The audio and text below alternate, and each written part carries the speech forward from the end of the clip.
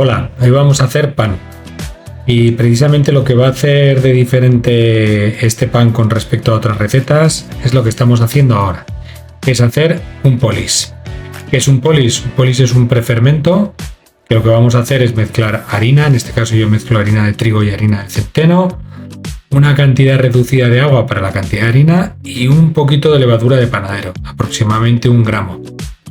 Lo que vamos a hacer con esta mezcla es, prepararla, amasarla mínimamente. Veréis que el amasado es muy diferente a lo que puede ser un amasado de pan normal, porque lo único que tenemos que conseguir es que se empape la harina con el agua y dejarla reposar. El reposado también es otra de las partes importantes de este polis, ya que va a estar aproximadamente 24 horas reposando. ¿Veis cómo se queda la masa? Para nada es una masa de pan habitual. La guardamos. Yo normalmente la tengo 12 horas a temperatura ambiente y 12 horas en la nevera. Y cuando la sacamos, como podéis ver, este es el resultado. No es que sea una masa fermentada.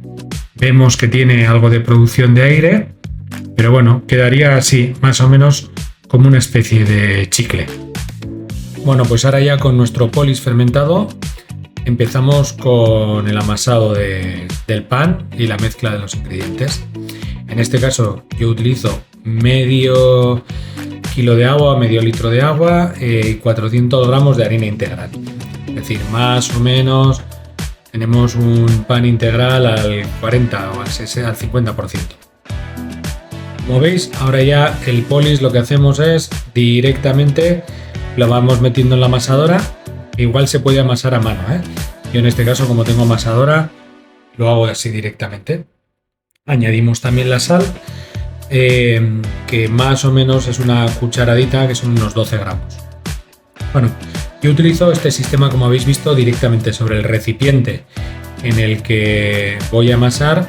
Lo que hago es pesar directamente los ingredientes.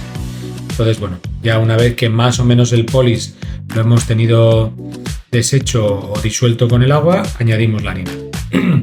Y ahora sí que sí, el proceso es lentamente que la harina, el agua y el polis se vayan mezclando y poquito a poco, por el efecto del gluten, esto se va a ir integrando.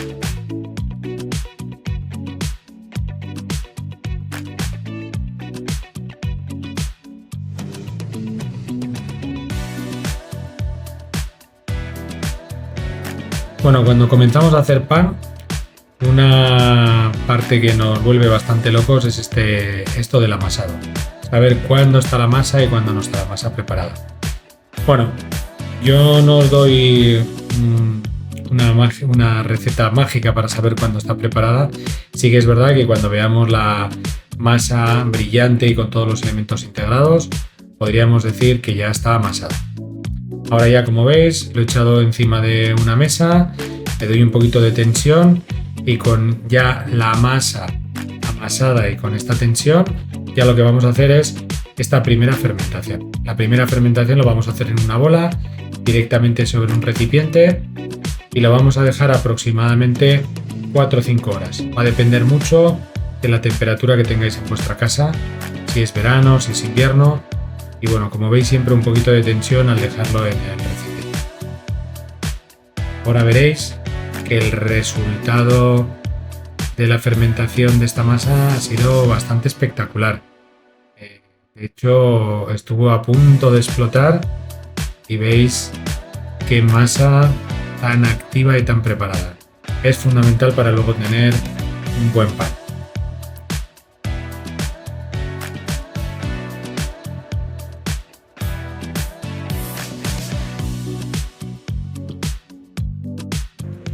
Bueno, pues después de esta primera fermentación, lo que ya vamos a hacer es preparar los diferentes panes que queremos elaborar. Yo, en mi caso, siempre cuando hago esta cantidad de masa, me gusta hacer una especie de hogaza y unas barras de pan.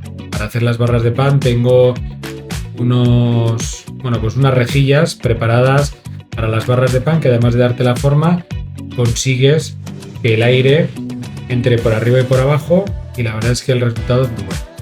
Bueno, como veis, yo en mi caso corto un poco a ojo. Con la masa que queda grande, lo que hago directamente es hacer una bola, bolear, y en un recipiente echando harina, lo que hago directamente es dejarlo fermentar ahí.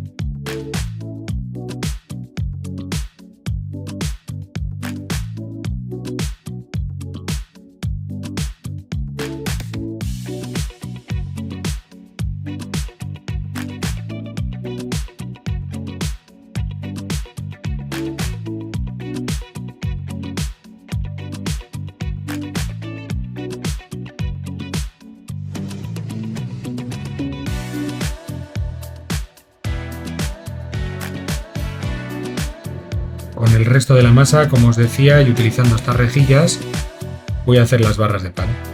Tengo preparada, os voy a enseñar otra. Al final yo lo que hago es estirar la masa,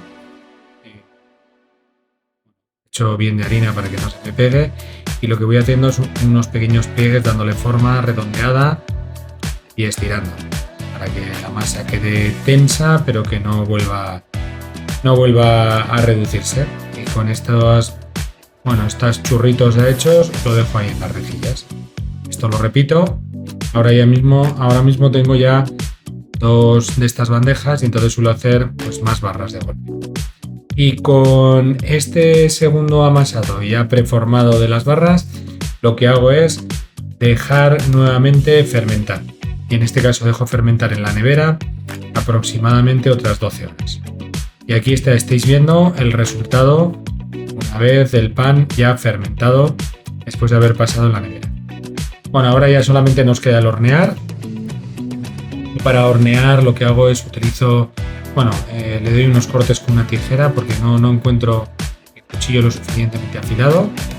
Y con el horno a 250 grados con resistencia por arriba y ventilador, lo que hago es meterlo durante aproximadamente 15 minutos las barras.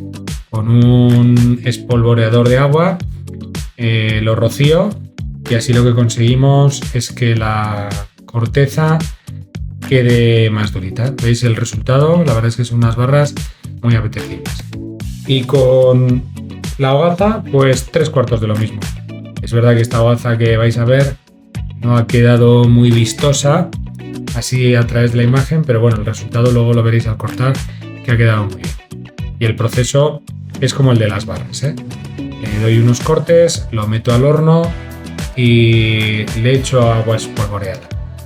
En este caso sí que es verdad que lo tengo más tiempo, por lo menos unos 25 o 30 minutos.